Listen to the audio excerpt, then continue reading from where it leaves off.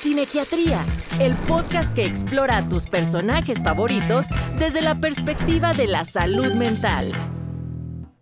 Bienvenidos a un nuevo episodio del podcast de Cinequiatría. Yo soy el doctor Agustín Torres Cid de León, soy médico psiquiatra y el día de hoy tenemos un invitado internacional. Ya lo están viendo ustedes. Está con nosotros el doctor Víctor Estal desde Madrid, España. El doctor Estal es un doctor en psicología con máster clínicos en salud. Es una persona con una preparación profesional que él no lo va a decir, pero yo me siento muy honrado. La gente del podcast nos sentimos muy honrados en tenerlo por su gran trayectoria como docente e investigador. Y sin más, quisiera darle la bienvenida al doctor Estal. Doctor, bienvenido. Hola, Agustín. ¿Cómo estás? Encantado de estar aquí. Feliz, doctor. Muchísimas gracias. Yo le quiero agradecer la recomendación. En el podcast de Cinequiatría elegimos una película y la vamos analizando a través de un personaje o alguna situación. Y esta vez el doctor Estal nos hizo una recomendación fantástica. Es una película que ríes, que puedes llorar, que te conmueve y que te va enseñando aspectos muy interesantes. Doctor, antes de entrar al análisis de Lars es el protagonista de esta película, quisiera preguntarle qué le parece a usted la película Lars y la chica real.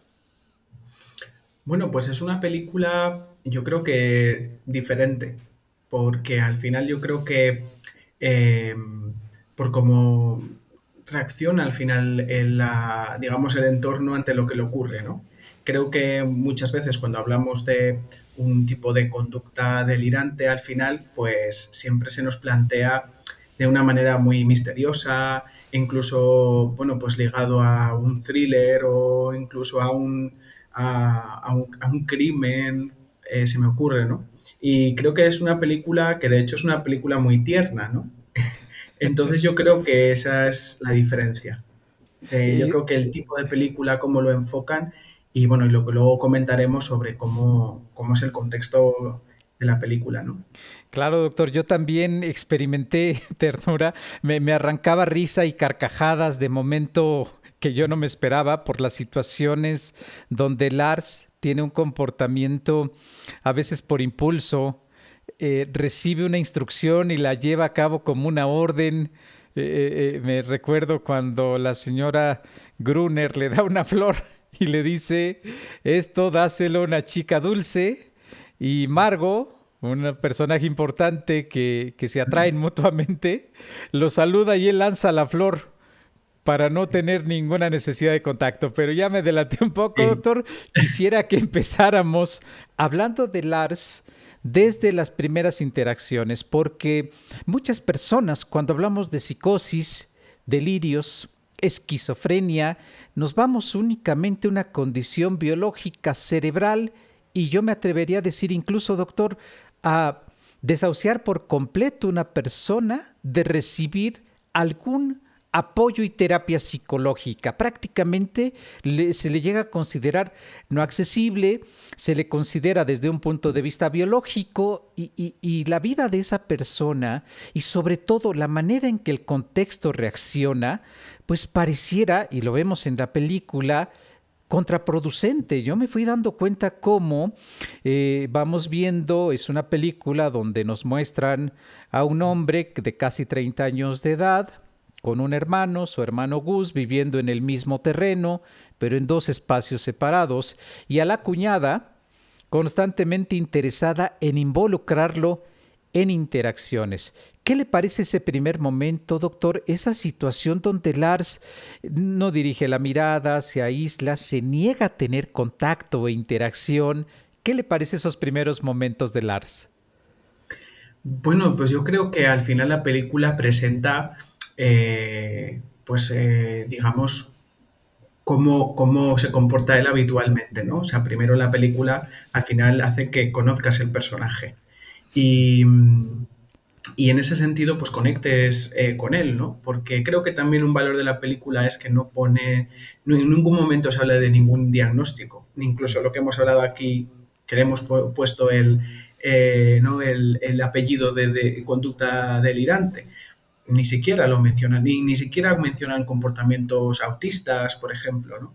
Eh, entonces, yo creo que te presentan a un personaje y precisamente fuera de las etiquetas, precisamente porque todo es un continuo y mucho una persona se puede ver reflejada en sus comportamientos. O sea, no todo el mundo tiene un gusto por el contacto físico, todo el mundo muchas veces se pone nervioso en la interacción social, o todo el mundo a alguien en algún momento le han dicho que debería comportarse de manera diferente a nivel social, ¿no? Entonces, creo que tiene comunalidades con experiencias que vivimos, ¿no? Las personas en general. Y yo creo que eso es como se presenta la película y se mantiene, ¿no? Durante toda la película. Y va el hermano y la cuñada, empiezan a considerar, por estas mismas características, lo consideran raro, lo consideran extraño.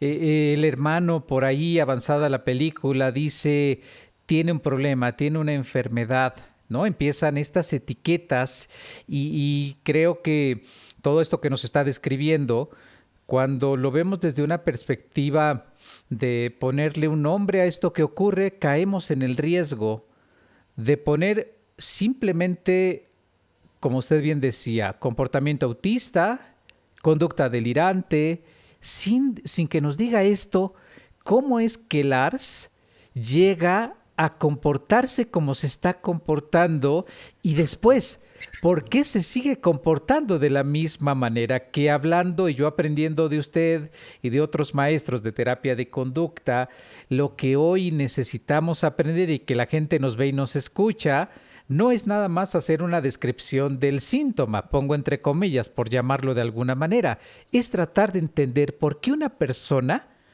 llegamos a hacer lo que hacemos, por qué lo seguimos haciendo y qué tendría que pasar para cambiarlo. ¿Qué le parece, doctor? No, no, totalmente.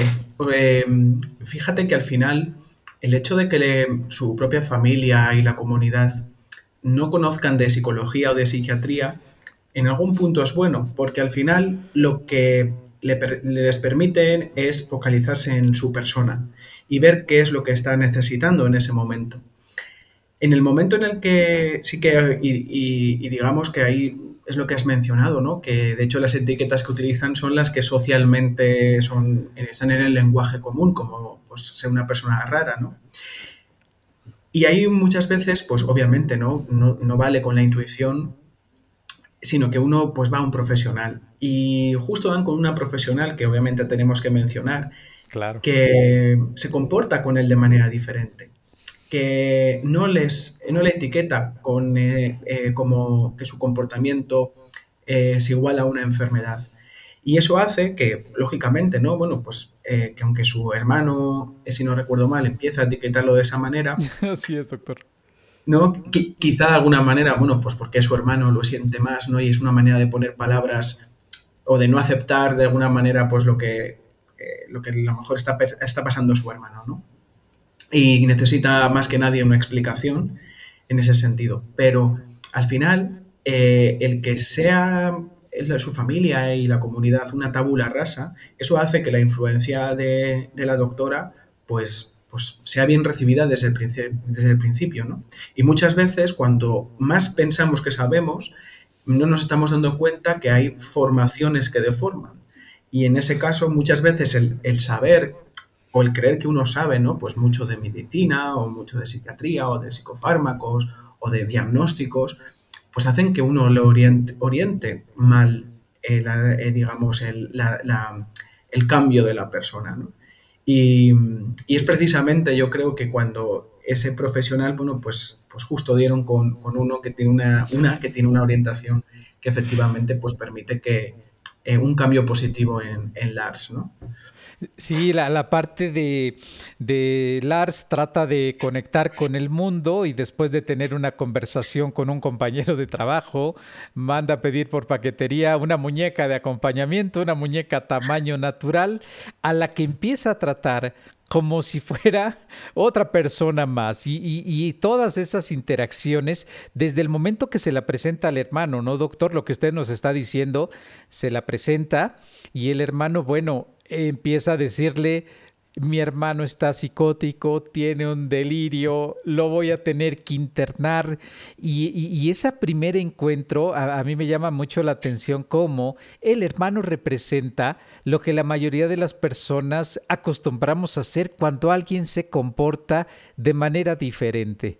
Y como usted bien dice, la doctora es un personaje que a mí me ha encantado, me ha parecido una manera muy, muy natural de poder acercarse a Lars, porque me puse a pensar, doctor, si ella le hubiera dicho, estás enfermo, estás psicótico, te tienes que internar, vamos, Lars hubiera escapado como ocurre en la vida real. Las personas que están en estas condiciones no van a llegar a decirte, sí, por favor, intername, no.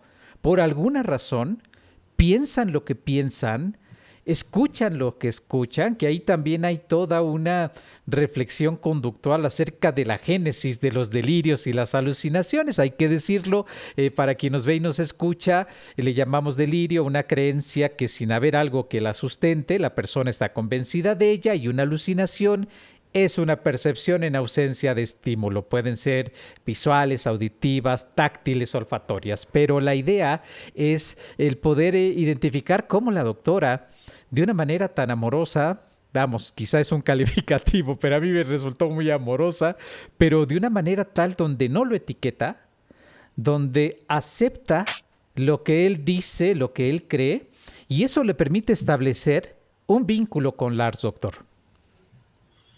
Totalmente. Es muy interesante analizar el comportamiento de la doctora con Lars, ¿no? En muchas ocasiones, y a lo mejor pues, sí que podemos mencionar cosas más específicas, pero ella fundamentalmente se centra en el para qué. En averiguar, digamos, como un detective, ¿no? Hacia qué se dirige su comportamiento y en este caso, pues por ejemplo, pues de qué le sirve, ¿no? Al final. Sí, es Nuestra conducta, cierto. hay poca conducta que sea intencional en el sentido que uno sepa exactamente por qué, para qué lo hace, de qué manera aprendió eso.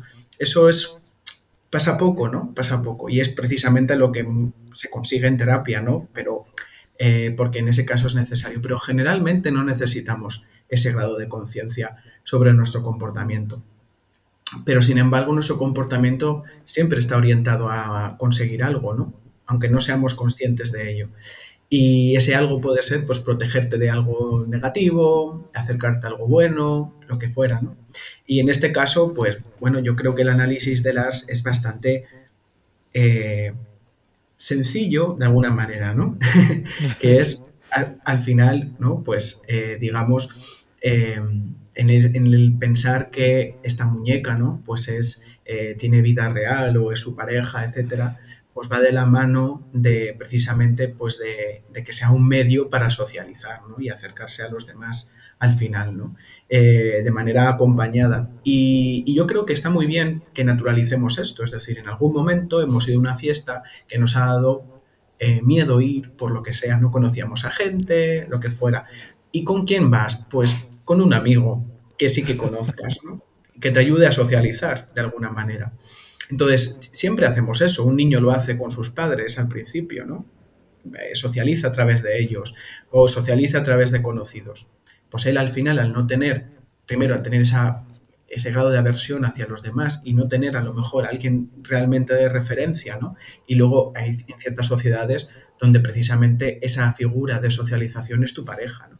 Entonces, pues digamos que se podemos decir que se lo inventa, ¿no? Pero la cuestión es que es importante ver ese continuo y que es importante vernos identificados de alguna u otra manera. Obviamente hay grados, ¿no? Pero esa identificación de decir, no es que en ese grado me pueda pasar a mí, sino es una cuestión de decir, a todos en alguna medida nos pasa eso, ¿no?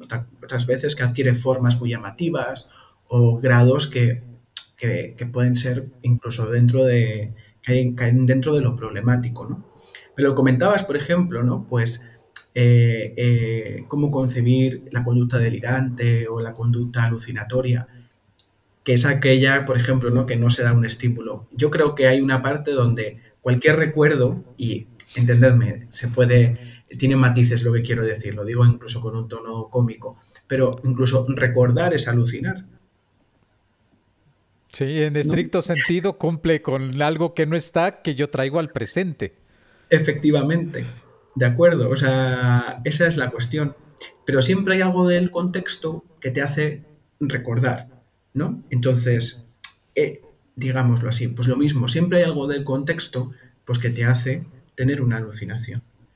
Y me recordé ahorita que lo escucho, doctor, hay un momento donde el hermano empieza a tratar de entender qué le ocurre a Lars, ¿no? Gus, su hermano, primero con un rechazo, después de hablar con la doctora entendiendo que normalicemos, llevémosle la corriente.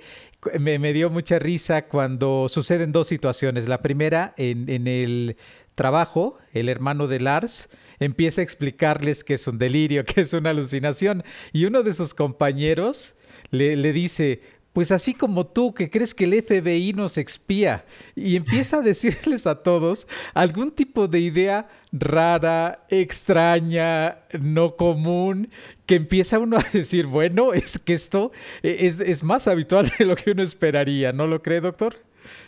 Pero totalmente, y precisamente el problema, o digamos, que alguien, el ver que alguien tiene una idea mantenida en el tiempo, dice cosas que pueden ser raras, ¿no?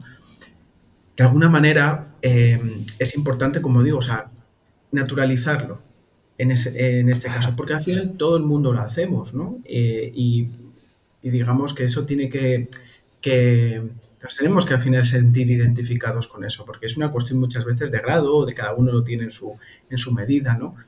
Y, y fíjate que al final hay una parte donde por qué generalmente si las personas tenemos en mayor o menor grado ese tipo de ideas, o incluso oímos cosas que no están, recordamos incluso cosas que no han sucedido, Sí. ¿no? O sea, ¿por qué no es un problema? Porque precisamente los demás no lo tratan como un problema. Hemos naturalizado que alguien tenga una idea que a lo mejor no se corresponde con la realidad. Hemos naturalizado que alguien recuerde algo que a lo mejor no existió. Y hemos naturalizado, pues precisamente, a lo mejor hoy, que pensé que me habías llamado. Y no, porque son cosas normales. No, y precisamente el hecho de que no se vuelvan problemáticas viene de esa normalización, de lo que tú acabas de comentar, de llevar la corriente. Y sabe qué, Porque doctor, precisamente, y estos son casos reales, es decir, ahora aquí no estamos hablando de una película, sino que los psicólogos vemos cómo, y yo particularmente también llevo este tipo de casos que podrían entrar dentro, ¿no? de esta etiqueta. Y veo continuamente cómo reacciona los sanitarios, cómo reacciona la familia, que es no llevándole la corriente, lo ¿de contrario. acuerdo? Y entonces es cuando todo el mundo se asusta de lo que está pasando. Y uno requiere, dice, pues necesito internarme, necesito seguirme aislando, cuando precisamente eso está en la base de por qué se originó. ¿De acuerdo? Es decir, y hay que ir al problema real, ¿no? No llevarle la corriente no significa no atender debidamente a esa persona, ni muchísimo menos. Pero es tener en cuenta de que también cuando vemos que alguien tiene una situación problemática, al principio también le llevamos la corriente. ¿Por qué? Porque el cambio es gradual, es poquito a poco. Entonces, no podemos cambiar de un día para otro. Y mientras ese cambio, pues entonces, pues tenemos que llevar la corriente para luego ir disminuyendo esa corriente. ¿De acuerdo? Yo siempre digo que la psicología clínica es la psicología de la obviedad. ¿Y en qué sentido?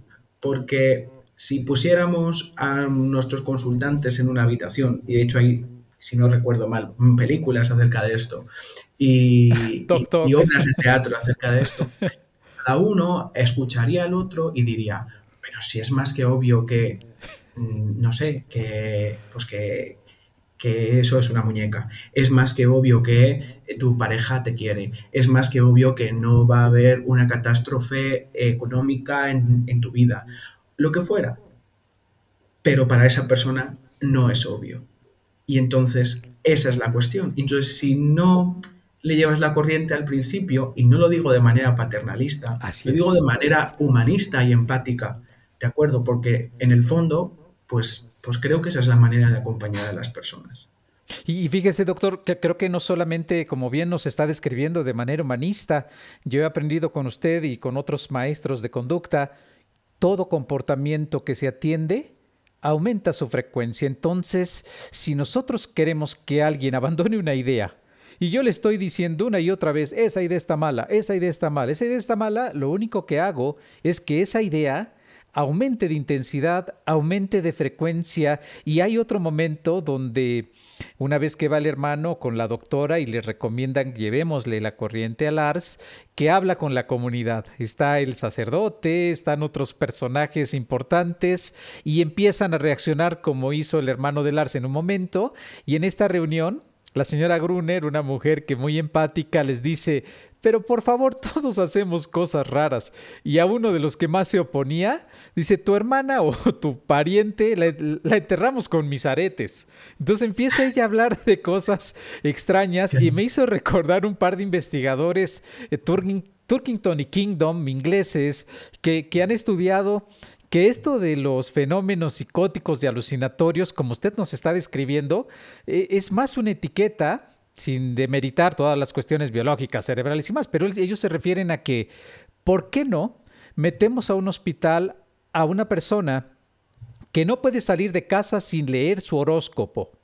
¿Por qué no tomamos esas acciones de esto no es normal a una persona que habla de abducciones alienígenas? Y a la fecha entendemos que el universo es vasto y extenso y sí habrá, pero a la fecha nadie ha podido tomar una foto real y contundente de esto. Entonces empiezan estos investigadores a normalizar, como usted bien nos decía, ese tipo de experiencias.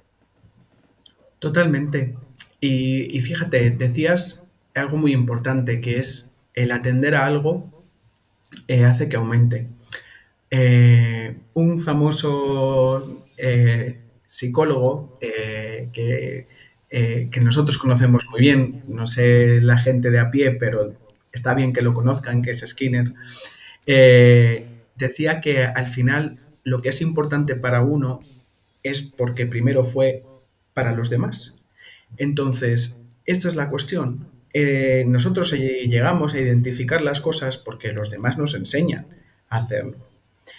Y es verdad que atender a las cosas es importante, pero la cuestión es que no vale, o sea, cuando uno atiende un comportamiento problemático y se lo dice a la persona, hay muchas veces que cambia, es decir, que se reduce.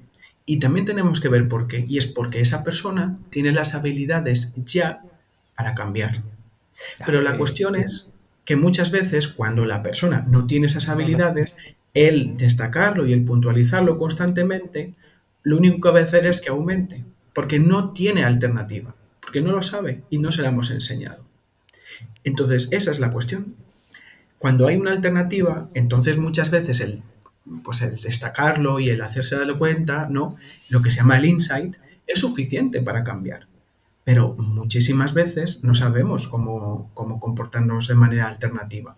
Con lo cual, ese insight lo único que hace es que nos llame cada vez más la atención y se genere esa bola de nieve que cae por la montaña y al final es una avalancha, ¿no? Cuando al final era, pues bueno, pues precisamente Pequeñito. pues, un pequeño movimiento en la montaña. Y precisamente lo que tú decías, sin minusvalorar la parte más biológica, es que al final una conducta delirante se debe a muchos factores, es multicausal y en cada caso es diferente. Hay ciertas drogas que efectivamente pueden hacer por sí mismas que puedes tener una conducta delirante. Muchas veces eso no es suficiente, y otras veces pues no hará ninguna falta ninguna droga, sino otra historia de vida, por ejemplo, como digo, ¿no? De aislamiento, donde efectivamente pues uno no tenga con quién comparar lo que piensa, ¿no? E incluso tiene acceso a información de manera sesgada y eso se va fraguando poco a poco, ¿no? Entonces, yo creo que al final situaciones grandes de estrés sumadas con aislamiento son los dos ingredientes pues como el trigo y el agua para el pan, pues para este tipo de problemas.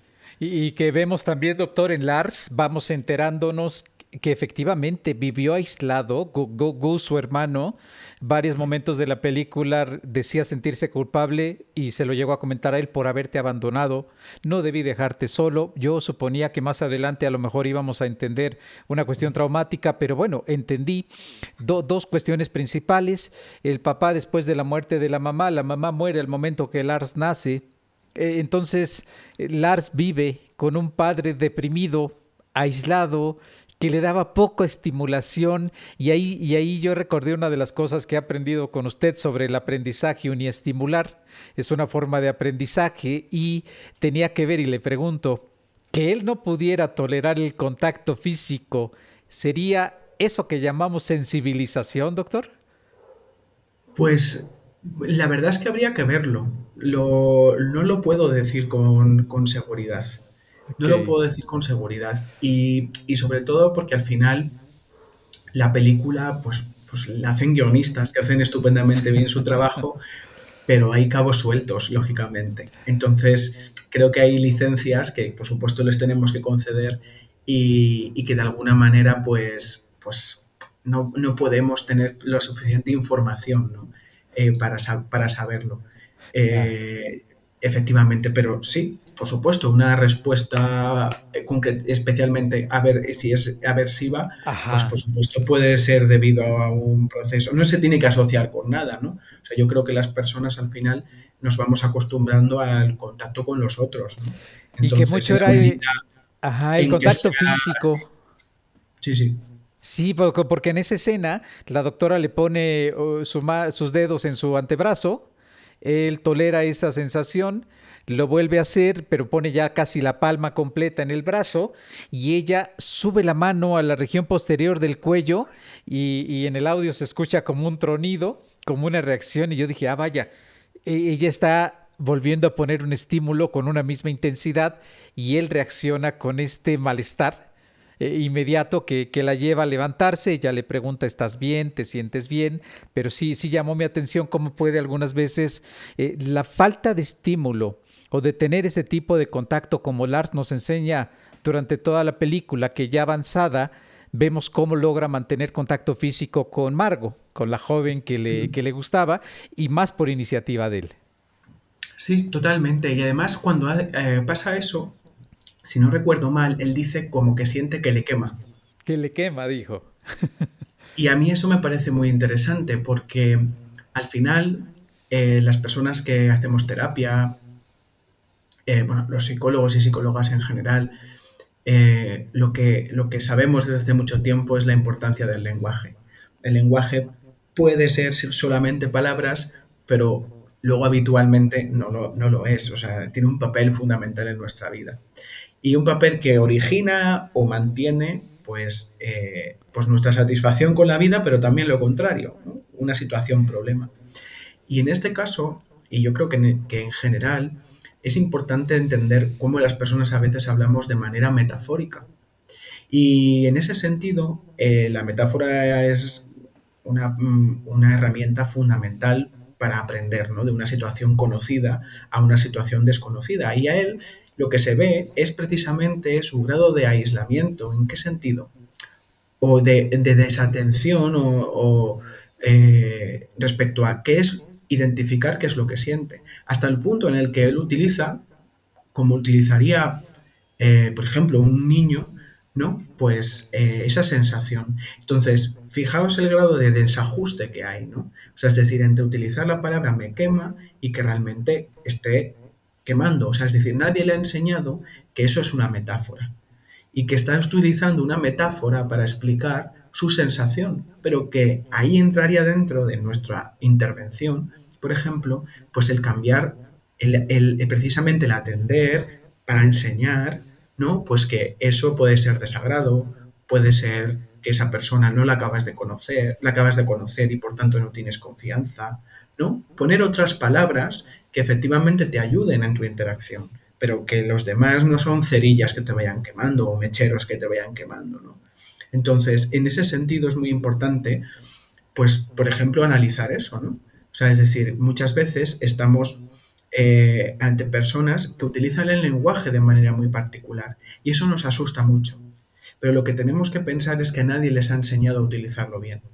Y entonces gran parte de nuestra intervención va a ser el atender a enseñar a hablar, a enseñar a utilizar bien el lenguaje, para que sea socialmente aceptable. ¿De acuerdo? Si ese es el objetivo, muchas veces no es el objetivo que los demás te acepten, entendedme, pero sí que creo que es un valor importante. ¿De acuerdo? O sea, creo que eso es un poco indiscutible. Pero la cuestión aquí es eso, que es importante entender por qué lo está diciendo, entender que sus habilidades lingüísticas son muy reducidas hasta el punto de decir que le quema. Y nosotros creerlo, que efectivamente él está sintiendo así. Lo que quiere decir es que le tenemos que enseñar a decirlo de otra manera. Que ahora... A decir que lo que está sintiendo es desconfianza, ansiedad, o que es normal sentir que alguien ajeno te toque si no lo conoces, y más si es un profesional, ¿no? O sea, bueno, una serie de cosas que cualquier persona lo ve como obvio y no diría nunca, me quema, pero eso se lo han enseñado, si no, a saber qué diría. Y que de alguna forma, doctor, lo que decía usted hace un momento acerca de la intervención de la doctora cuando platica con la cuñada y con el hermano, y el hermano le pregunta cuándo se va a curar, cuándo se le va a quitar, y ella le dice hasta que la necesite. Y ahí nos damos cuenta de cómo la función que tienen nuestros comportamientos, más que la forma, le llamamos, más que la forma de la conducta, es ¿para qué te sirve? ¿Qué función cumple? Porque la realidad es que gracias a la muñeca, Lars socializó, interactuó, convivió, se animó a salir, cosas que se veía en la dinámica del inicio de la película que hasta generaban apuestas, ¿no? El hermano le decía a la esposa, te apuesto tanto a que no viene a cenar, a que no lo logras convencer, haciéndonos saber que era una conducta de muchísimo tiempo.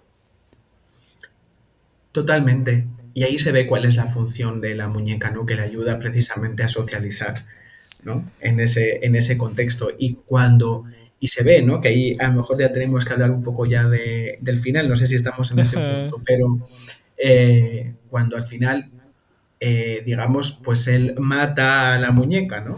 De alguna manera. Él decide. Pues, claro, entonces, porque al final él, pues bueno, ya ha aprendido a socializar, ¿no? A socializar más en ese sentido. O sea, como decimos nosotros, ¿no? Pues se ha expuesto a un montón de situaciones donde pues, han sido agradables, incluso tan agradables que ha conocido a otra chica que que le gusta, ¿no? Y que hay un interés, una reciprocidad.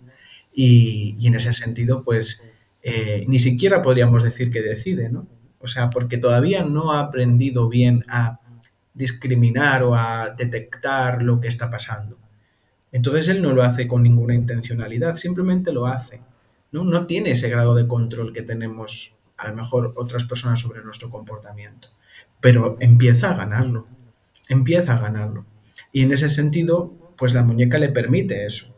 Y es hasta que lo necesite, efectivamente. Tampoco hay que verlo como que hubiera sido la única forma para él. O sea, nada es estrictamente necesario. Lo podría haber hecho de otras maneras. De hecho, habitualmente las personas lo hacen de otras maneras. ¿De acuerdo? Pero hay circunstancias que pues te inclinan a eso, ¿no? Pero es una posibilidad. Es decir, igual que hay otras, es una más, y la tenemos que trabajar como una más.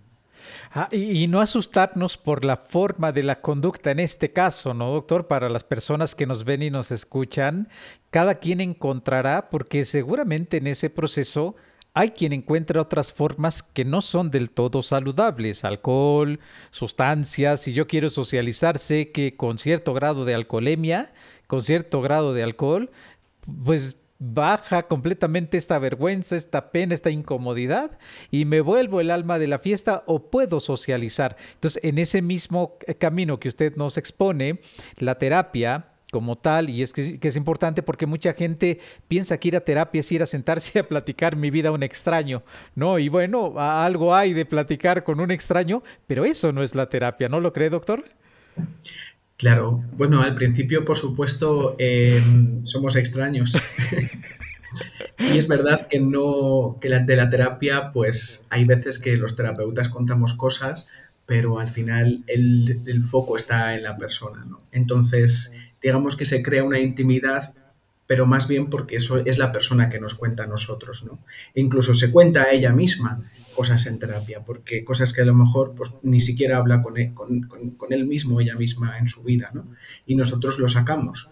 ¿De acuerdo? Y en ese sentido. Y sí, se crea una relación íntima en el sentido de que cosas de las que no se hablan o que son difíciles de hablar, pues se hablan de ellas, ¿no? Y al final, pues, se establece una relación muy especial, ¿no? Que es una relación de ayuda, donde efectivamente, pues se van viendo las diferentes situaciones, circunstancias y reacciones ante esas circunstancias para ver qué se puede cambiar. Hay veces que son las circunstancias y hay veces que es tu reacción a las circunstancias, o ambas suelen ser las dos, ¿no? Pero al final, lo que estaba diciendo aquí la doctora es, bueno, hasta que lo necesite, ¿no? Es decir, hasta que cambien sus circunstancias o incluso hasta que él cambie sus propias circunstancias, ¿no? Y así pasó. Diríamos, doctor, y para la gente que a veces desconoce de estos modelos clínicos, yo he ido aprendiendo con ustedes del análisis funcional y hacer un análisis funcional de un comportamiento, pues precisamente busca encontrar, y lo planteamos a manera de pregunta, que en clínica le llamamos hipótesis, ¿no? La hipótesis es una explicación que uno busca encontrar y pareciera que en el caso de Lars, la falta de estimulación, el aislamiento, el poco contacto que tenía, le fue llevando poco a poco a un encierro, un aislamiento, en donde él pues al encontrar esta muñeca que fue el vehículo para poder interactuar y comunicarse, que eso sería la forma en la cual él pues puede interactuar y acercarse, incluso él es muy interesante porque en las escenas habla a la novia como si estuviéramos escuchando a Lars. Lo que él dice, lo que él quiere decir, lo que él quiere comunicar, lo que él quiere hablar y la terapeuta es fascinante porque pone las circunstancias para facilitar un proceso, le da valor a su idea, le da valor a su creencia, no emite un juicio de perdiste la razón, perdiste la cordura, vamos a meterte en un hospital, sino que al contrario, permite las condiciones de acercarse poco a poco para llegar a un momento en donde él pues ya no cumple la función la muñeca y efectivamente, doctor, él la enferma. Él dice, está enferma. Y él marca el punto donde ya la vida corre peligro y hasta la muerte. Pero la idea que yo busco preguntándole esto es que las personas sepan que hay una metodología en algunos procesos terapéuticos que, más que hacer recomendaciones que se me ocurran, el análisis es el que nos explica el porqué de que la persona está como está y en sí mismo qué tendría que hacer para lograr el cambio que esperaría. Totalmente. Al final es conocer a la persona en su conjunto. Es un análisis muy completo porque te permite ver qué hace la persona, incluso de la manera más detallada en su día a día, cuáles son sus circunstancias familiares, laborales, eh, cualquier circunstancia, ¿no? De pareja, sociales y momentos de su biografía importantes, ¿no? Y digamos que se utiliza precisamente ese conocimiento científico para establecer de todo ello, que es mucha información, extraer lo relevante. Porque una cosa es lo que trabajamos en terapia son cuestiones que se relacionan con la demanda de la persona, es decir, con la situación problema. Y eso no quiere decir que otras cosas no sean importantes. Hay muchas cosas de la biografía de una persona que son importantes, pero no necesariamente se relacionan con el problema que estamos trabajando. Y eso también hay que tenerlo claro, ¿no? Tenemos un objetivo, que ese objetivo pues, se puede añadir otros objetivos, incluso se puede cambiar esos objetivos, ¿no? Pero precisamente no trabajamos sin haber hecho previamente ese análisis. Que como digo, ¿no? Uno hace un análisis funcional, como tú decías, y ya tiene, y eso es digamos, no, porque eso sería una fotografía, eso es lo que ocurre aquí y ahora, ¿no? Se lo comunicamos en el momento en el que hemos recogido la información y en el momento en el que, bueno, pues se lo tenemos que comunicar en algún momento. Pero de ahí en adelante puede cambiar y nosotros tenemos que también ir actualizándonos conforme también va el cliente va, o el consultante, pues va cambiando. Las circunstancias hay veces que cambian y hay muchas cosas extraterapéuticas que suceden, que se escapan a nuestro control también y tenemos que seguir actualizando, ¿no? Todo eso. Y siempre para negociar unos objetivos, ¿no? Que como digo, que son totalmente negociados, que son respecto a la demanda del cliente y que también está abierto siempre su negociación y hablar sobre ellos, ¿no? Comentaros una cosa muy importante y que no me quiero olvidar de ello. Y es cuántas veces también pues, los psicólogos nos topamos con cada caso es diferente, ¿no?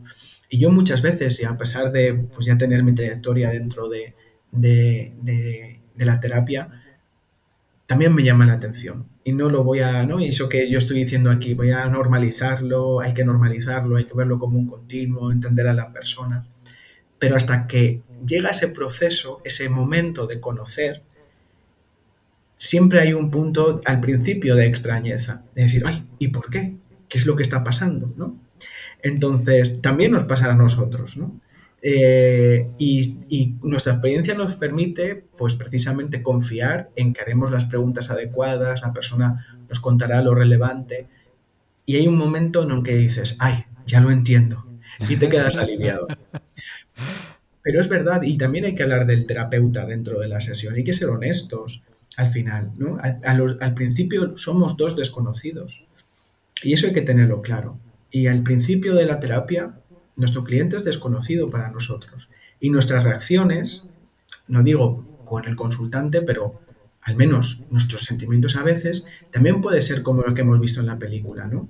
De extrañeza, de susto, incluso, pero de un susto natural, ¿no? De decir, porque es normal también, incluso no de susto, pero sí de decir, ay, pues esto lo voy a tener que pensar, ¿no? Y de repente, pues te estás tomando un café tranquilo en tu casa y estás pensando, y dices, a ver, ¿qué preguntaría, no? Porque todavía no lo tengo claro, no conozco bien a esa persona.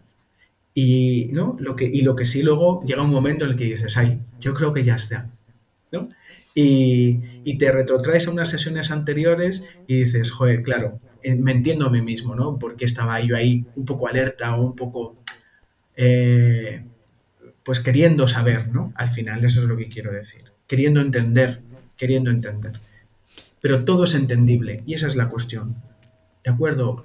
Eso es lo que nos tenemos que quedar. Todo se puede explicar. Es verdad que hay veces que hay hipótesis que son mucho más, que se pueden comprobar más que otras, o se pueden falsar más que otras, pero todo comportamiento es entendible. Otra cosa es justificable, por ejemplo, en un caso que tenga que ver algo con algo legal, por ejemplo, pero eso no nos encargamos nosotros de eso. Eso claro. Es por otro lado. O ¿no? Que sea justificable o que necesariamente tenga que ser así. Y eso es lo que no nos tenemos que quedar con la persona. Una cosa es que sea entendible y otra cosa es que necesita atención y modificación y cambio. ¿De acuerdo? O lo mismo, o que por otro lado, por otras vías legales, pues necesite pues, ser atajado legalmente, ¿no? Entonces, pero nosotros nos encargamos de evaluar el porqué, el entenderlo realmente, o sea, no de una empatía superficial, de decir, vale, sé por qué te está pasando esto y lo puedo explicar y tengo ciencia que lo apoya y otra persona, ¿no? Pues lo haría un análisis parecido, de hecho, precisamente es de eso va la ciencia, de que sea fiable, que otra persona pueda hacer lo mismo que tú, ¿de acuerdo? O sea, que eso también es confianza, o sea, que esto que se dice que cada terapeuta tiene su estilo, cada terapeuta te puede decir una cosa, bueno, cada terapeuta obviamente es una persona diferente, pero no es cierto. Cualquier compañero mío, cualquier compañera diría cosas muy parecidas a las que digo yo, analizaría las cosas de las que digo yo y cada vez que podemos hablar en alguna sesión clínica de ello, está claro, porque estamos muy de acuerdo en todo. Otra cosa es que luego te dan visiones que complementen, ¿no? O sea que la gente se puede quedar bien tranquila.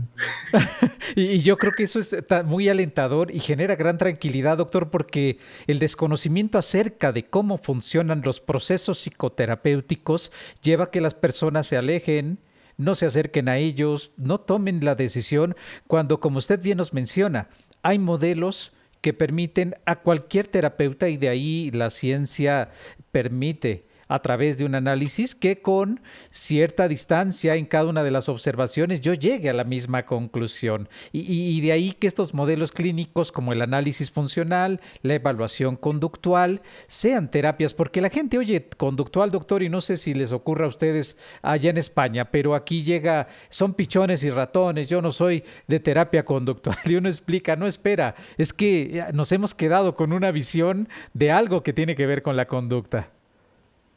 Es verdad, o sea, bueno, yo creo que al final hay un estereotipo al final de lo que es el terapeuta de conducta. Y en ello estamos, o sea, en ello estamos realmente. Hay mucho escrito, se puede acceder a ello sobre lo que realmente es un terapeuta de conducta o es la terapia de conducta, ¿no? Y cuando se explica bien, yo creo que con el tiempo no me he encontrado a nadie que sea reticente a ella, ¿de acuerdo? Entonces, la cuestión es lo que tenemos que analizar, porque al final es sensato y al final es, como decíamos, ¿no? Pues es una, es una cuestión de tiempo, ¿no? Y yo creo en ese sentido, ¿no? Entonces, yo creo que también tenemos que saber, primero, pues, saber explicarlo bien, saber transmitir qué es lo que hacemos y y no solamente decir qué hacemos, sino realmente mostrar qué es lo que hacemos. O sea, que realmente pues poder hacer eso. Y también saber por qué la gente no tiene una buena imagen de la terapia de conducta muchas veces. Y al final eso también es de hacer autocrítica, de decir, vale, ¿cómo lo estamos explicando? ¿De qué maneras lo hacemos? ¿No? O cómo lo están explicando los demás, que realmente resulta más convincente, ¿no? Aunque en ese caso, ¿no? Y yo creo que es precisamente eso, las personas quieren sentir que están siendo humanistas al final, humanistas en el sentido de preocupados realmente por la persona, ¿no? Y no viendo cadenas y comportamientos, ¿no? Y deshumanizando a la persona. De acuerdo, yo creo que hay que saber que un análisis funcional es un análisis de la persona, de una parte de la persona, ¿no? Y que precisamente primero se mira a la persona para luego quedarse con las partes que son más relevantes para ayudar a esa persona, ¿no? Pero en ningún caso se obvia a la persona, ni se obvia quién es el terapeuta, ni quién tienes delante, ¿no? O sea, y en ese sentido, cuando uno lo sabe, pues disfruta de su trabajo y los demás lo entienden. Sin duda, doctor, y es lo que vimos dentro de la película con Lars. Yo le agradezco mucho la recomendación porque uno ve con claridad la importancia del contexto. Y contexto, como hemos dicho en otros episodios del podcast de Cinequiatría, no solamente es lo que pienso, siento y mis reacciones, es lo que hay alrededor, la manera en que las personas reaccionan, actúan, no solo a nivel del ambiente, sino su conducta hacia mí. Y esta película nos ha permitido que, bueno, ya llegando un poco al final del episodio, qué bueno sería que la mayoría de las personas pudiéramos reaccionar con esa normalidad, con ese nivel de no generalizar y señalar las conductas de Lars, que había quien en el entorno podría llegar a burlarse, a cuestionarlo, pero pues bueno, nos tocó ver un escenario, no sé si idílico o a lo mejor ideal o soñado, pero se vuelve muy interesante ver cómo el contexto es un determinante importante y hemos hablado de lo que yo he aprendido, que la conducta es la interacción del sujeto con el medio ambiente. Y si ese medio ambiente opera como sucedió en la película, pues seguramente como a Lars nos puede ir mucho mejor. Doctor, para finalizar el episodio, ¿alguna reflexión acerca de la película Lars y la chica real? ¿Cuál sería? Totalmente. Pues mira, yo creo que es lanzar un mensaje respecto a eh, hacia lo que es la salud mental o la salud psicológica y precisamente el estigma que puede haber con ciertos comportamientos. Yo creo que nos deja muy claro al final, ¿no? Que cómo hemos construido muchas veces esa visión tan negativa de personas que muestran ese tipo de comportamientos. Y de cómo precisamente nuestra reacción de rechazo pues no soluciona el problema, sino que precisamente lo complica. El ponerles una etiqueta para toda la vida, ¿no? Y que en ese sentido, pues precisamente va a ir a las variables, ¿no? Que efectivamente probablemente lo impulsaron, ¿no? Entonces, de alguna manera es como que estamos, ¿no? Cada vez que no normalizamos eso, pues estamos como agrandando cada vez más ese fuego, ¿no? Y precisamente yo creo que la película no muestra como otras películas, pues, como conductas agresivas, conductas violentas, conductas delictivas, ¿no? Y antisociales. Yo creo que lo que muestra es una persona que precisamente es lo habitual. Personas de a pie, personas con sus familias, personas que tienen una gran capacidad de querer y muchos intereses, bueno, pues que esa es la realidad, ¿no? Entonces yo, y lo digo de buena mano en el sentido de que trabajo en este tipo de situaciones también, ¿no? Entonces yo creo que ese mensaje precisamente de ver a esas personas, de intentar entenderlas, y si no lo entendemos, saber que hay una explicación, que a lo mejor se necesita de un profesional que te explique realmente qué es lo que puede estar pasando, y precisamente de la importancia que tenemos, ¿no? Y si, en ese sentido, pues de no aislar, de no muchas veces no internar a esas personas, muchas veces no medicarlas para silenciarlas, sino de verdad de escucharlas, y eso requiere pues tiempo y recursos que muchas veces pues no tenemos. Que muchísimas gracias, doctor. Es un mensaje muy esperanzador y alentador, sobre todo para aquellas familias que llevan con algún integrante con este tipo de condición de la que hemos hablado el día de hoy, y recomendamos a las personas que nos ven y nos escuchan, si tienen contacto con alguien que tenga estos síntomas que han sido calificados como psicosis, delirios, alguna condición del tipo del espectro de la esquizofrenia, sepan que hay medios, recursos, terapias multisistémicas o multimodales que le llamamos, donde los procesos terapéuticos psicológicos, la reacción del entorno, la manera en que los demás podamos actuar acerca de esos malestares, hará una notable diferencia. Doctor, pues le agradecemos mucho haya estado con nosotros, de verdad, estamos muy honrados en tenerlo en el episodio. ¿Algún red social o algo que nos quiera usted compartir, si es que la hay, para que las personas que quieran saber más de usted? Pues no tengo redes sociales, pero profesionales, pero me pueden contactar en mi correo, y yo trabajo en la universidad y también trabajo en la consulta, y en ese sentido pues me pueden contactar por el correo, o me pueden seguir por LinkedIn, que es mi nombre, pero es lo único que puedo ofrecer. Algo más profesional, Doctor. porque de redes sociales todavía no. No se apure usted. Si usted nos lo permite, vamos a compartir en la página del podcast de Cinequiatría sus datos para que alguien que quiera contactarle tenga medio para hacerlo. Pues sí. Hemos llegado al final del episodio. Agradecemos haber estado con nosotros. Síganos por Spotify, Amazon Music, Apple Podcast, y sobre todo nos pueden ver y seguir en el canal de YouTube de Cinequiatría. Doctor, ha sido un enorme placer tenerlo. Muchas gracias a ti, Agustín, y de verdad ha sido una charla muy, muy bonita. Gracias, doctor. Cinequiatría, el podcast que explora a tus personajes favoritos desde la perspectiva de la salud mental.